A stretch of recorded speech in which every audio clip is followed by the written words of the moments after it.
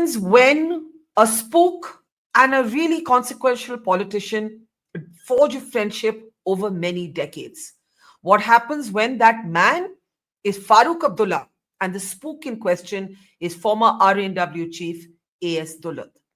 What emerges is a riveting chronicle, a new book called The Chief Minister and the Spy, an intimate portrait not just of a friendship between the two men, but of one of India's most consequential politicians, whether you agree, disagree, like him or not. Farooq Abdullah has shaped both national politics and the politics of Jammu and Kashmir for many, many years. I'm Barkha Dutt. You're with the Mojo Story. On the program today, we'll be talking to A.S Dulat, former RANW chief, on his new biography of Farooq Abdullah. Mr. Dulat is extremely well placed to paint this portrait, an intimate portrait, a racy, riveting read about one of India's tallest politicians. In fact, the book captures Farooq Abdullah in his persona of someone who has, according to the author, always been a nationalist, but alongside has also had an often flamboyant, tempestuous, mercurial side. There's a lot to talk about in Jammu and Kashmir. What is the relationship like between father and son? Do Farooq Abdullah and Omar Abdullah see eye to eye on politics? Do they think the same way ideologically? What have been Farooq Abdullah's most bitter disappointments? Can the National Conference ever ally again with the BJP? And who sent the former RNW chief A.S Dulat to meet with Farooq Abdullah in the aftermath of the abrogation of Article 370? These questions and many juicy and interesting answers to these questions are found in Dulat's new book, The Chief Minister and the Spy, on what he calls his unlikely friendship with Farooq Abdullah. Now, I want to welcome A.S Dulat, our newsmaker, to the program, the author of this new book, a prolific author. I've had the pleasure, Mr. Dulat, of talking to you after each one of your books. And even as somebody who, like you, has spent much of my adult professional life reporting on and from Jammu and Kashmir, we have that magnificent obsession in common. There were things that I found in this book that I did not know. And I'm a dogged Kashmir watcher. What made you write this book? Let's start there. Why did you think that you needed to write this book? Not just on your friendship with Farooq Abdullah, but the story of Farooq Abdullah. And what comes across in this book is that you seem to believe that he's a man who's never fully got his due. Yeah. You know, we had talked about it once, Barkha, you remember. And that's before I started seriously thinking about this book. You know, this is my fifth book. As you said, I never thought I'd write so many books. But each book that I've written, the core of them all has been Kashmir. And I felt that writing so much about Kashmir, as you would have observed, this book is dedicated. Everybody thinks it's dedicated to the Abdullah family, but it's not. It's dedicated to Kashmir and Kashmiris, to whom I feel I owe a huge debt, you know. If whatever I have, whatever I've become, it's because of Kashmir and my long association with Kashmir. Now, Farooq has been very special in that. As I've mentioned once or twice in the book, he is Kashmir. So I felt I owed this book to him. In fact, in a sense, you know, this book has been in my mind ever since I first met him in the winter of 1987. And it had to happen sooner or later, like a book on Kashmir. If a book on Kashmir had to happen, a book on Farooq Abdullah had to happen. It was just that he was delaying it. You know, he would say, "Haan, karenge, dekh lenge, this, that, and the other." Till I thought, now if I have to do it, I have to do it now. So when I was in Srinagar last summer, I said to him, I said, "Sir, now I've started the book." So true to his, you know, what I expected, he said, "Fair karo now." And that's how it started. And it's been done in a rush, this book, you know. One could have written much, much more about Farooq, but I wanted to finish it in 6 months. So that's how it is, yeah. So, you acknowledge in the book that a lot of people call you Farooq's man and that you don't mind. But that might influence how people see this book. They may say that you see Farooq Abdullah only through rose tinted glasses. What would you say to that? No, no, I agree. I mean, I have been partial to Farooq. I've been partial to the family, and I've been partial to Kashmir also. I would admit it.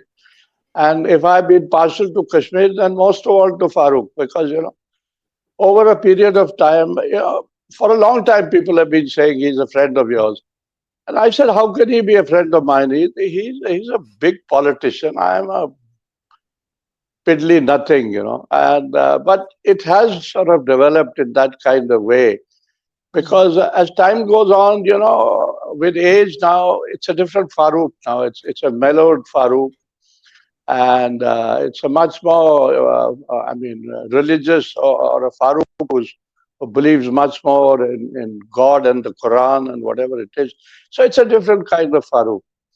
Mm. 5, 7 years ago, he was not willing to say, "Okay, write a book on me."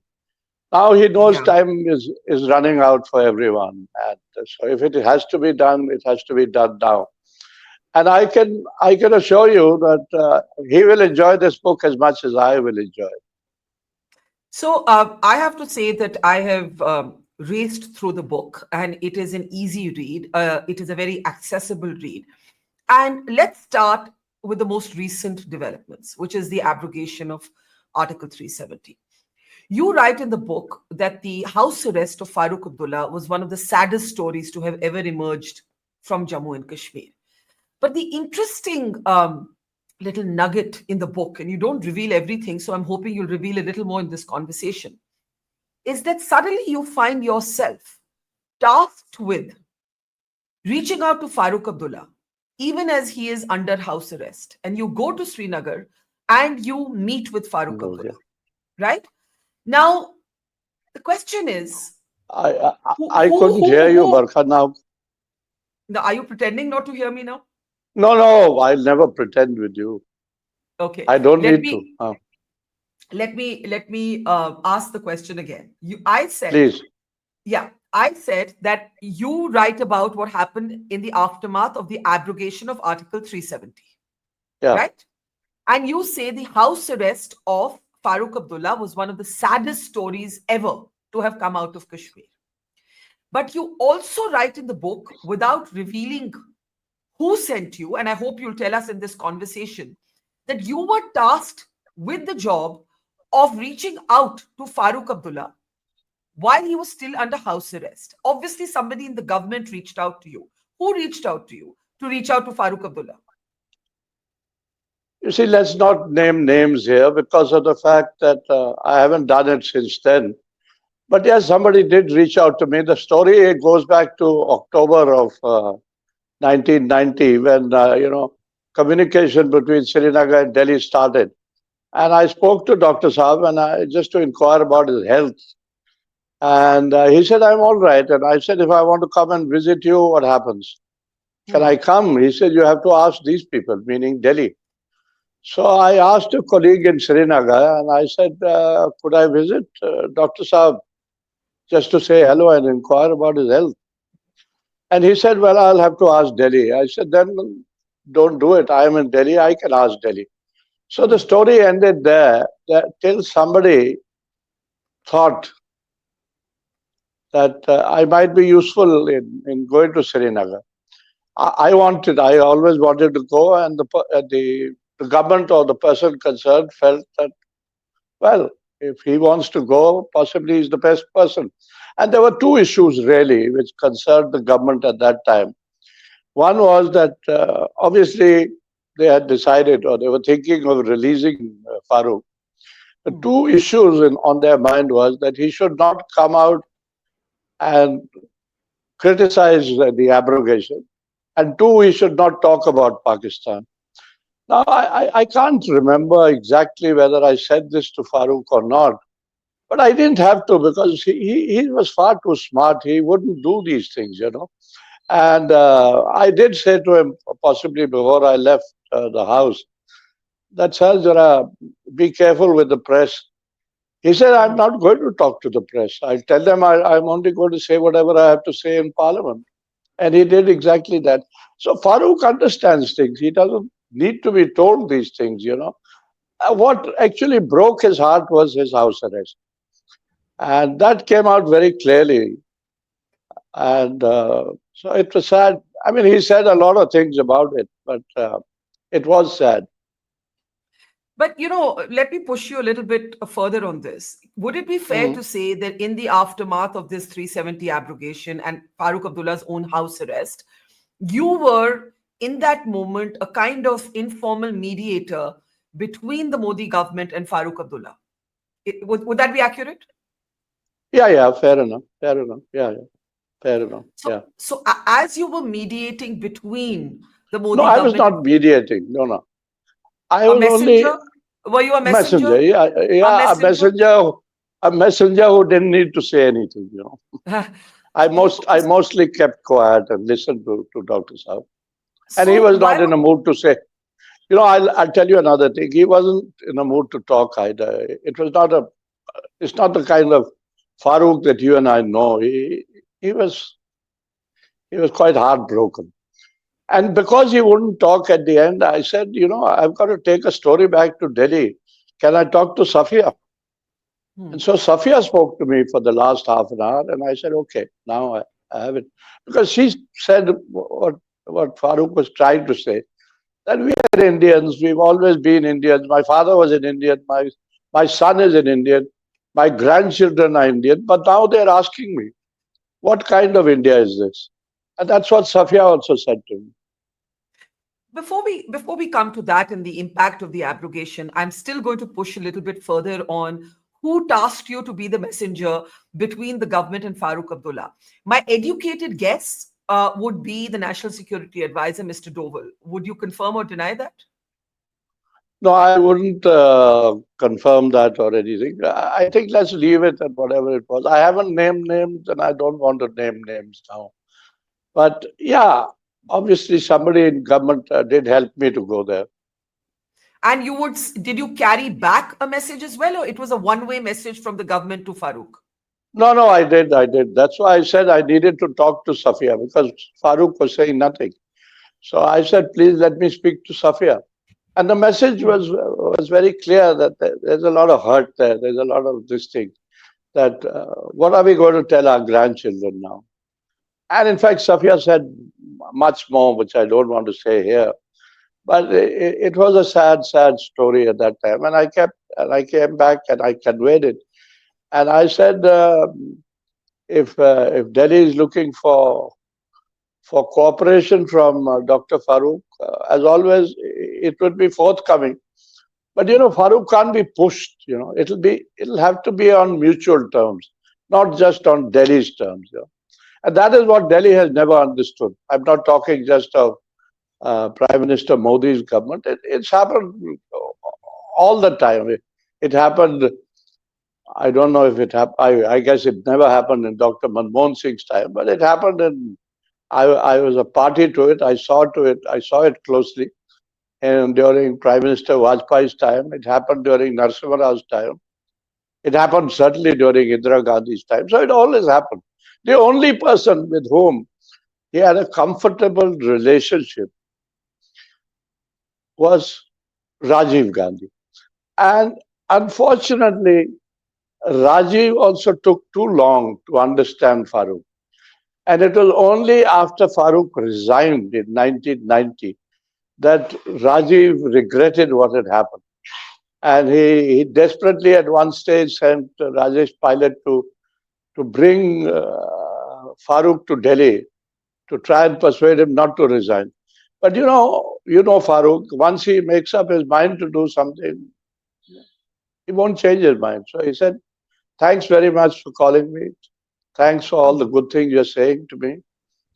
But I'm going to go back and resign. And he resigned. And I Yeah. congratulated him. Now, the big question after the abrogation of 370, the changes that it has brought, is whether the national conference could ever be in political business with the BJP again. Let us remember that Farooq Abdullah and his son were allies of the Vajpayee government. I know Yeah. this is a very different context, but politics is the art of the possible. And as you said, Dr. Saib, Dr. Abdullah has always known that anybody in Jammu and Kashmir needs a cooperative relationship with whoever is in government in Delhi. That's just the nature of the beast.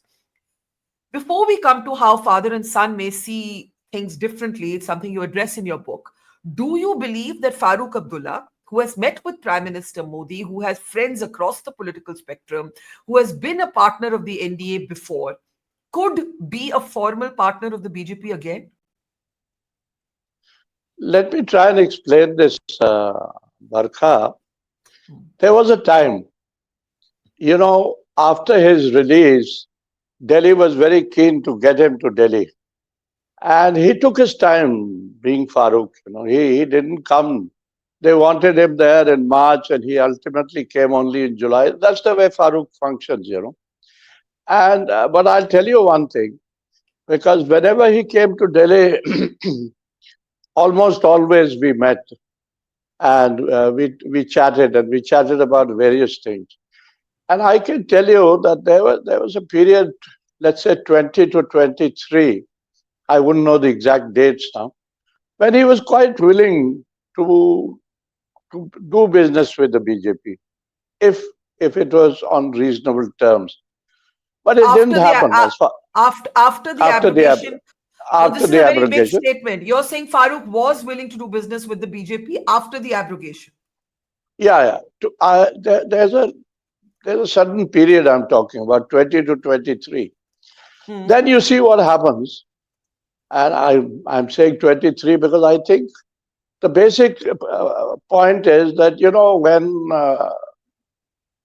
Rahul started his Padyatra, then Farooq's mind began to change.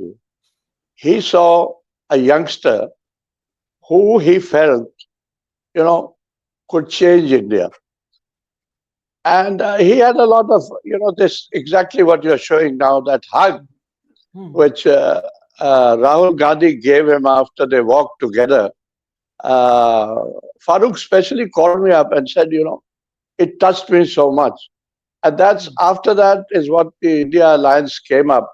And then that possibility of anything, doing any business with the BJP faded away. But I tell you something else very interesting. Before the No, results but came out, the why didn't that work out? That time period when he was willing to do business with the BJP, why do you I think it don't didn't work know. out? I don't know because I don't know what government is up to, and I don't. Farooq doesn't tell me everything. You know that he doesn't tell anybody everything.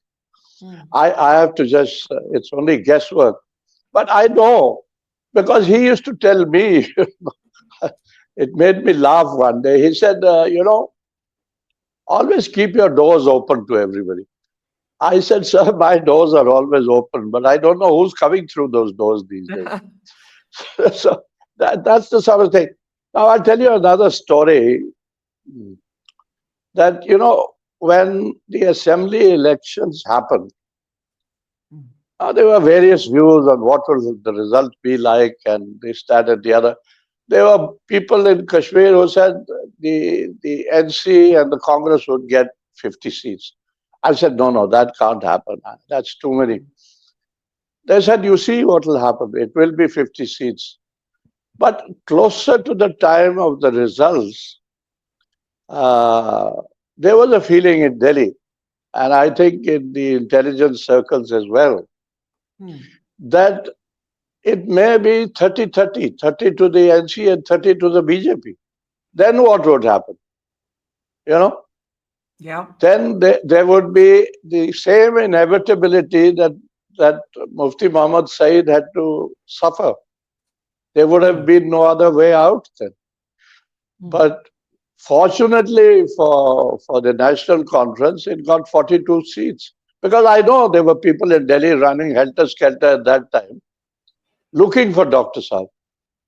And I even called him at one stage. I said, there are people wanting to talk to you. He said, I'm not coming to Delhi. I can't come to Delhi. So he was biding his time and hoping that the national conference would do well, and it did well, and he was delighted. I think it was a victory for, of course, for Omar Abdullah, but it was a big victory for Dr. Saab, and it Yeah. was it was a victory for Kashmir also. But from what you're describing, never say never, as Dr. Saab told Yeah, you, yeah, never say never say never. So never. when we ask the question, could the national conference be in business with the BJP again? I think your answer would be who knows? Maybe. Today, Dr. Saab is not prepared to do a deal with the BJP. That's the way I'll put it. Okay. Yeah, he would, because he's told me many times while in the course of while I was writing this book. He said, we've always been with the Congress, and we will always remain with the Congress. He said, because my father told me that basically the Congress DNA is secular. So stay with the Congress, come what may. Now, there have been times, there have been compulsions, and it would, let me tell you, that having criticized Mufti Saab so much, and that criticism of Mufti hasn't stopped in the valley even today, Dr. Saab would find it very, very difficult. But then he's a practical person. He would possibly would have done it. Yeah. Now, And even if Omar wants to do it, he can't do it. That's the does Omar reality of it. does Omar want to ally with the BJP? I mean, he denies it on record. He strenuously denied it in the campaign. He has You to have deny it. He cannot do it now. The numbers are such. You see, 30-30, yeah, he would have possibly have to do it. 42 and 6 of the Congress, how can he do it now? He can't do it. Let's come to one of the most candid chapters in your book, which is the relationship between Farooq Abdullah and his son Omar Abdullah. Right now, Hmm. when we look at this chapter, it's very clear that you are speaking as Farooq's guy, and you're not that kind to Omar Abdullah. Before I come to the specifics, would you concede that you're a bit harsh on Omar? I don't think so. No, no, no. There have been periods. I've seen. I don't want to say boy because he's the chief minister now, but I've seen him since the time he was head boy in Sanaa. That's when I first came across him, and because our daughter was also in Sanaa, and we had gone for their whatever the big day, Hmm. and that's when I first met Omar. He was in school. So I've seen, the growing of Omar Abdullah. What I will say is that he's not his father.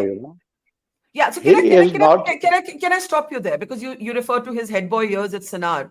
One of the Yeah. lines that leaps out from the chapter is you Hmm, say Farooq Abdullah is 100% Indian and 100% Kashmiri, and hmm, Omar Abdullah is 100% Indian, 50% Kashmiri, and 50% still head boy of Sanar.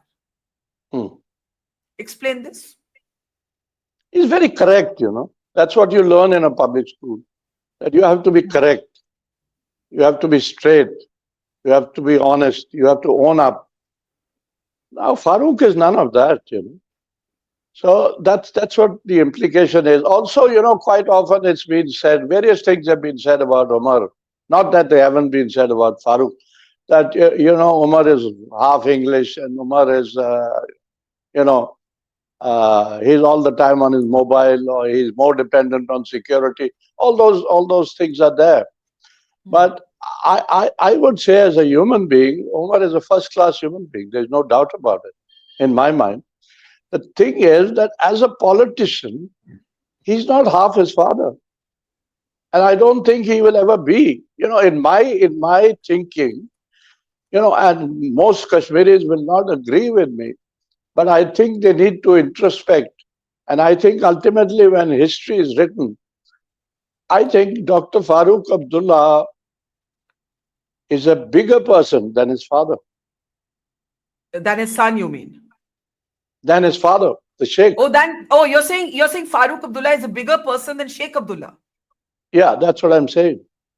Most people will not agree with me. But he's had to go through very difficult times. Sheikh spent a lot of time in jail, no doubt. But he always had the support first of the Mahatma and then of Panditji. And it was Pandit Nehru who ultimately got fed up with that Kashmir conspiracy case. And he said, enough is enough. I want the Sheikh out. And, and can you imagine? Not only was the Sheikh out, he went and stayed with Pandit Nehru in the Prime Minister's house. Hmm. But you know Could what that also happen comes. today? No, but you know what also emerges in your chapter on Farooq Abdullah and his son Omar is a kind of, for lack of a better word, I'm going to say competitiveness. You basically talk about, and there's a line in there. You say Farooq Abdullah was torn between his love for Kashmir and his love Hmm. for his son, right? That's right. Uh, That's you right. you also talk about how at an earlier point Omar Abdullah did not spoke about his grandfather, but did not speak about his father, and that would prove to be counterproductive for him. That's back in Yeah, the I'm day in talking. Yeah, I was 2002. talking about the 2002 election. Yeah, yeah. That's right. It was But it was counterproductive. right.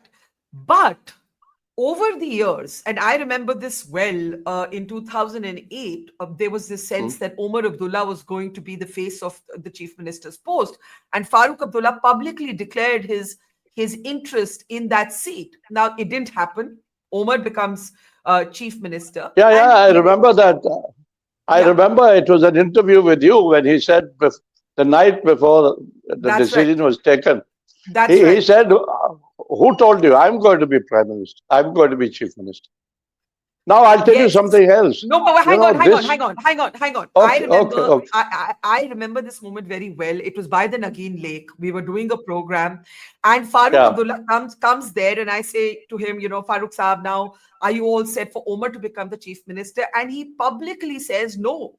Why? I will be chief minister. And we were all taken aback. The national conference was taken aback, and that was the first time that there was the sense that there was some tension between Omar and Farooq. It may not exist today over Farooq Abdullah feeling like he was, in a way, not given the opportunity to be chief minister again. Again, nay, that was the first time. No, I'm saying pehle he had been chief minister. He wanted to be chief minister again, and that didn't happen for him. So, would you concede this competitiveness between father and son? How would you characterize it? You see, what was going on actually in 2008, when I'm saying going on, I mean in the household, I really wouldn't know. But I can Hmm. tell you one thing about 2008 because, I follow Kashmir Yeah. um, all the time. That in 2008, it was very clear that Kashmir wanted Umar Abdullah as chief minister. And there are various reasons for that. I don't want to go into that. Hmm. But Farooq understood that. So he was not going to challenge that. What he said to you, he said to you, on the spur of the moment, whatever the reason. Yeah. So, yeah, but I tell you about now, even now, 2024, Farooq said to me at least 3 or 4 times that I am going to be chief minister. I want to be chief minister. I'm going to be chief minister. This And that time, is why, this yeah, time in 2024. absolutely. And that is why Omar Abdullah contested the parliament election from Baramulla. Farooq was hoping Umar will go to parliament and he would become chief minister. But Umar lost that election. And then, after the assembly elections, the father didn't again want to be called a spoil sport. So he stepped back. And I can tell you, since uh, Umar Abdullah's swearing in, since the time he's become chief minister, the father has become much more protective of his son, much more loving of his son, even glorifies him now, if you listen carefully. And so things are changing. Hang on. So And I'm confused. I'm confused. no, You are there's no saying, confusion. I'm confused. Help me here. Uh, 2008, yeah, I remember well because Farooq said it to yeah, me that he wants to be yeah, CM. He doesn't become yeah. CM, Omar becomes CM. You are Hmm. saying in 2024 assembly elections, Omar Abdullah was expected, Farooq thought, to go to parliament, and Absolutely. Farooq Abdullah told you that he wanted to be chief minister. 3, 4 times he told me, I'm going to be chief minister. There was So no what? Why doubt did? about. I So mean, why didn't it I happen? never. Why didn't it happen? It's staring in the face why it didn't happen because Omar lost that parliament seat. So Omar was not going to parliament. So he had to be accommodated in Srinagar as chief minister. So you're saying if engineer Rashid had not defeated Omar Abdullah, if Omar Absolutely. Yeah. Abdullah had been member of parliament from Baramulla, Farooq Hmm. Abdullah would have been chief minister. Because Omar lost his seat, Farooq sacrificed or his desire to make way for his Yeah. son. That's right. That's right. And that is why you find today, whatever he might say or not say, he is much, much more protective of his son. He's much, much more supportive of his son. He's much, much more loving of his son. And if I might add, even glorifies him now. But there's another sentence in your book where I think you quote either Ashok Bhan or a national conference leader, and you say Mm-hmm.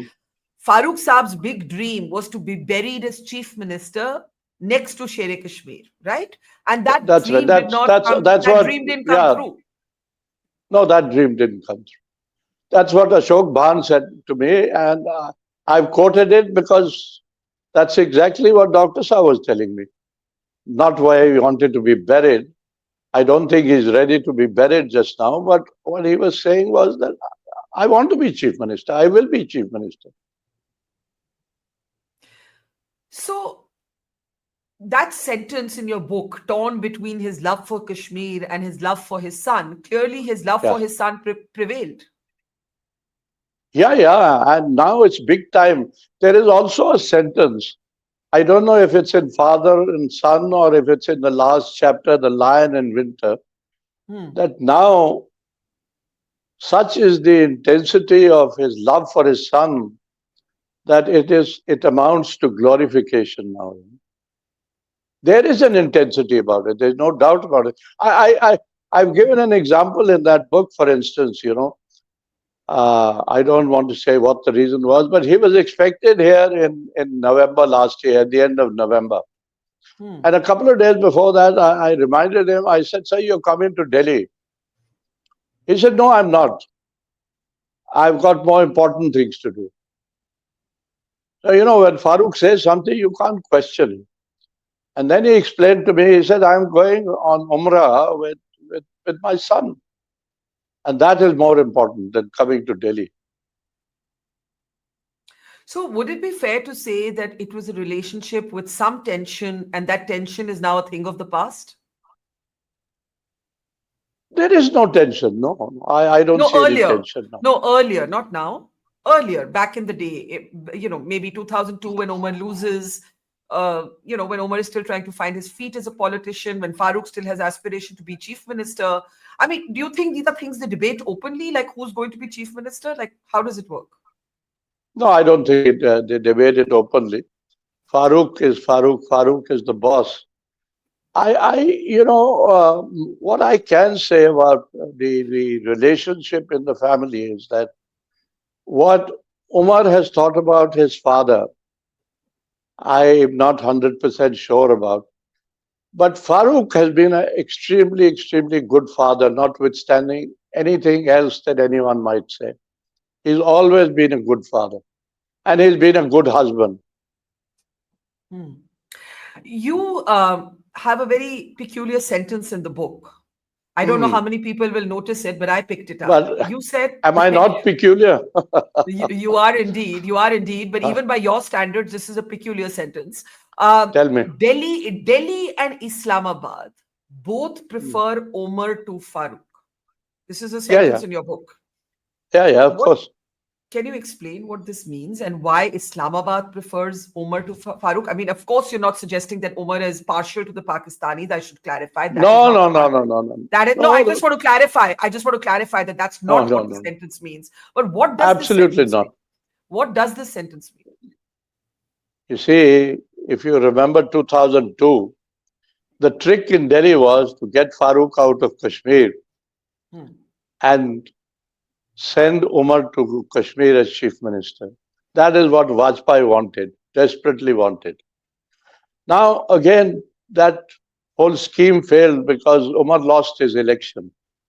Hmm. If Umar had not lost his election, there may have been other possibilities. I mean, this sounds like But history repeating itself. By the way, yeah, that's right. It is in a sense, but yeah. not really that kind of history. Hmm. So Delhi has always found it, for some peculiar reason, much easier dealing with Umar. And the reason actually not peculiar, it's very obvious. Farooq is not easy to deal with. It takes a long, long time to be able to fathom and to be able to understand him. And he doesn't let you understand. That's the other bigness of the man, you can say. It's not easy. Umar is simple, it's straight. You get what you see. So that is why, and the Pakis, there's an high commissioner, I've quoted him Hmm. without mentioning his name. Hmm. There's a Pakistan high commissioner. I said, why are you guys so anti Farooq? And he said, to be honest, we find him unmanageable. So there's the answer. Delhi finds him unmanageable, so naturally Islamabad finds him even more unmanageable. He's not easy to manage and he doesn't like being managed. But Yeah, but Omar is not easy to be man. Omar is his own person in a very different kind of way. He may be very correct, he may be very contained compared to his much more flamboyant father, but he's not exactly manageable. What does I mean? They're just very different personas. they are different. But what I'm trying to say is that Omar is more amiable, he's more pliable. Let me put it like this. Now, let me take you back to the NDA government. You know, Omar was Minister of State for Commerce, and Vajpayee was very impressed with him.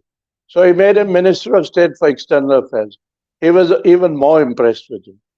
So he felt this guy is great. He's wonderful. Mhm. Farooq, you don't understand. You can't understand. You don't know what he's going to say. And he Mhm. doesn't let you understand. So that's the whole issue. That's the problem. But I think in all this, the way Delhi has treated Dr. Farooq, they missed out on a huge lot. Because there is no bigger leader, not only in Kashmir, but in India, I would say, than Dr. Farooq Abdullah. Let's look at one of those big disappointments for Farooq Abdullah himself, not becoming vice president. He saw that as a big betrayal. He understood that when Abdul Kalam becomes president, it is not possible for two people No, from the no, he minority. understood it before. He understood Yeah, it before that. He's far too smart. I've told you that story about May that year when he yeah. summoned me to his office, and he's never done that. It Hmm. was actually the summons. Whenever we Hmm. met, it was always at his house. But that day, I was summoned to his office, and he sat me across his desk and said, "Tell me, are they Hmm. going to make me vice president?" I said, "Of course they are." He said, "No, they won't." I said, "You've spoken to all of them, and all of them have assured you." He said, "Yes, Hmm. I have, but I don't trust any of them." And he was right. He was But right. imagine, and you But think that was. I'll tell you Hmm. something. Talking of betrayals, let me tell you something. The bigger betrayal for him was actually 84. Indira Gandhi letting him down. The Gandhis and the the Gandhis and the Abdullahs have had a very close relationship. It's been love-hate, but it's been a very close relationship.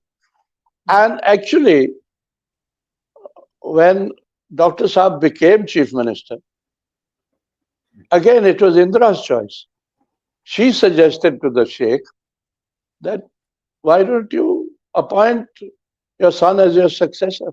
She wanted him. And yet, so when she got him dismissed, and the governor refused to do it, so they had to change the governor. And Farooq regarded that betrayal. Of course, he says that, in the book, he's written a book or dictated a book called My Dismissal, in which he says, my family let me down. No, no, it was not the family. The betrayal happened in Delhi.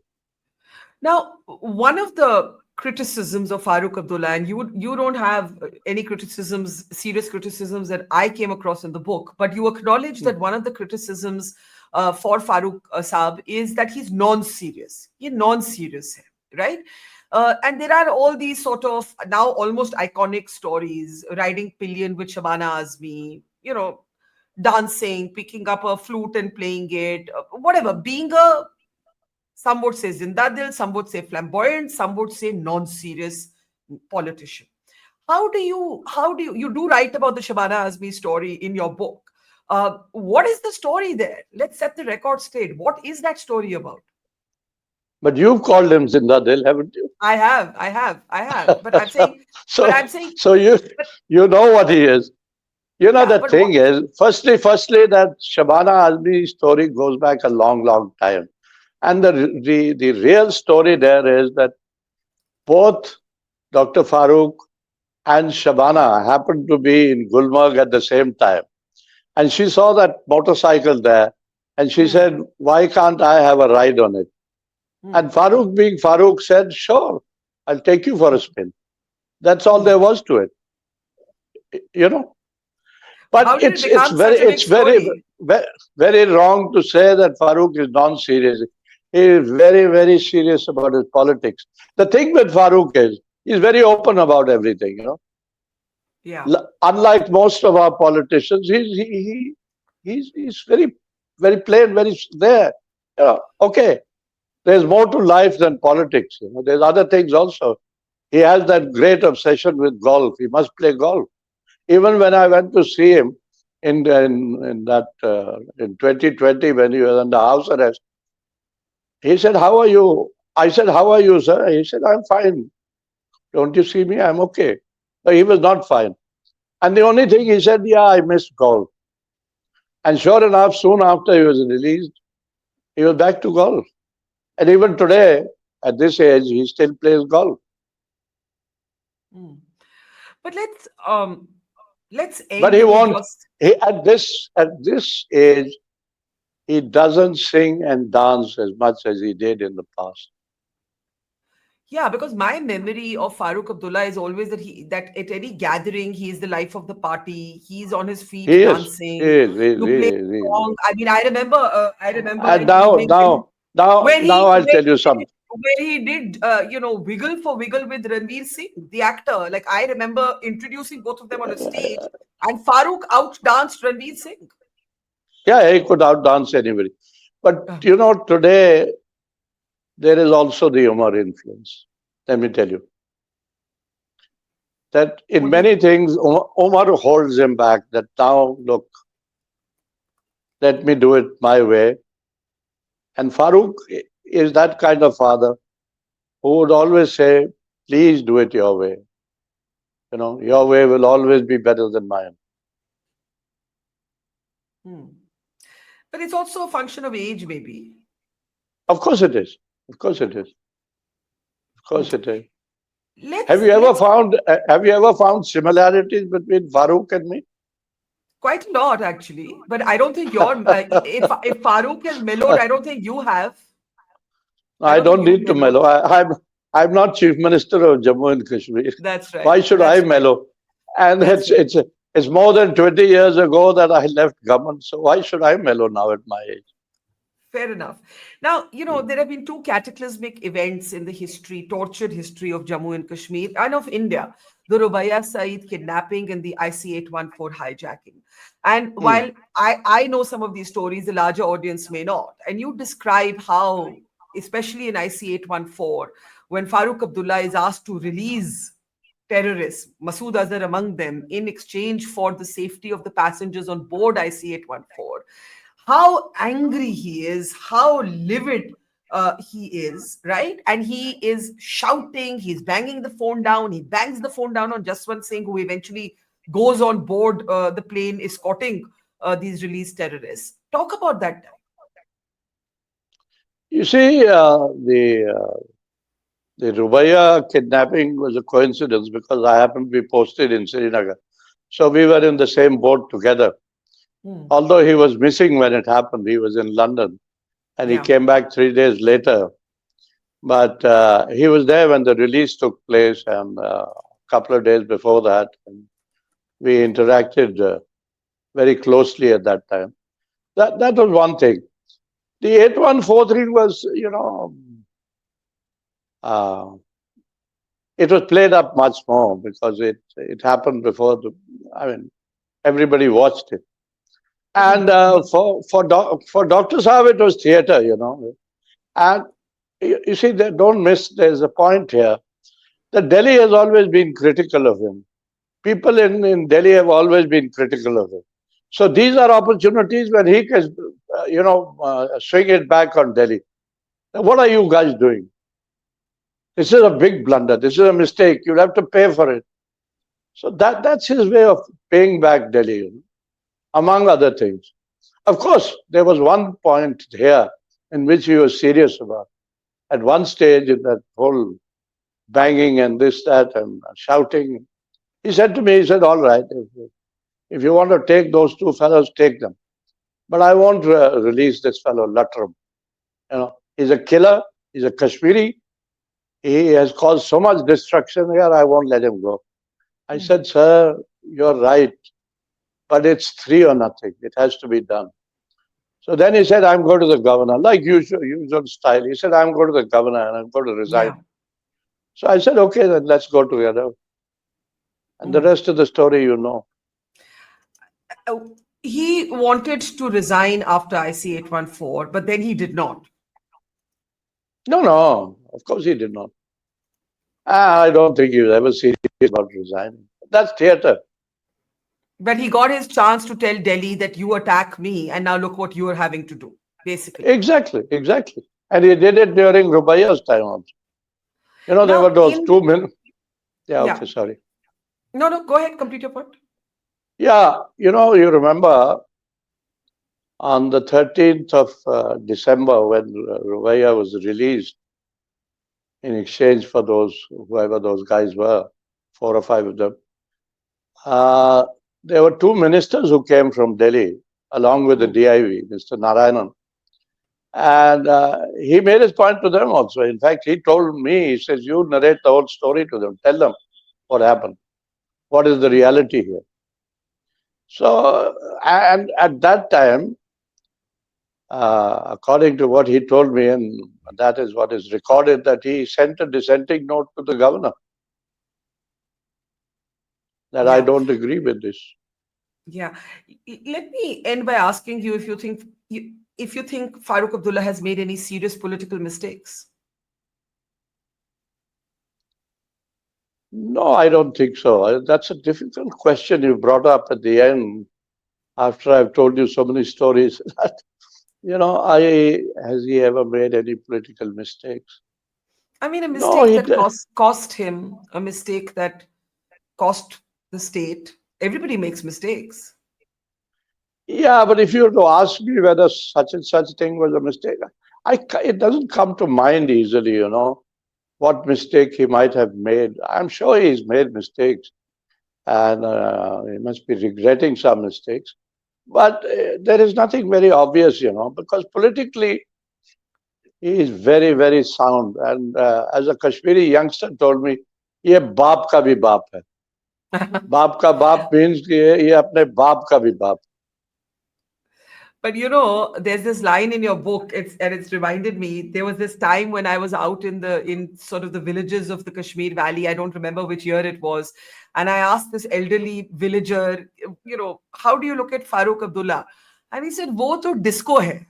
उनका तो Hmm. क्या बोले, वो तो disco है, right? Hmm. Now, this disco can be seen in two ways, right? It can be seen as flamboyant, but not Hmm. necessarily with enough gravitas, or it could be seen as somebody who lives life to the fullest. You obviously see it as the latter. Yeah, of course. He has lived life to the fullest. He's lived life like Ulysses, he's drinking it to the dregs. But now it's a different Farooq. It's a very mellowed Farooq, and he's more into the Quran and this, that, and the other.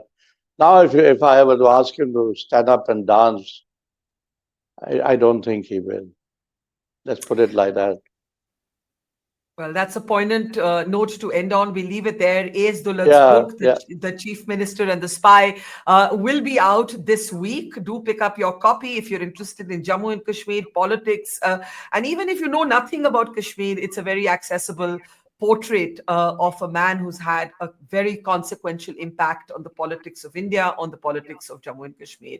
And according to Mr. Dulat's perspective, he's a man who is yet to get his full recognition. Thank you so much, Dulat Saab. Always a pleasure. Thank you, thank you. Thank you. Now I need to.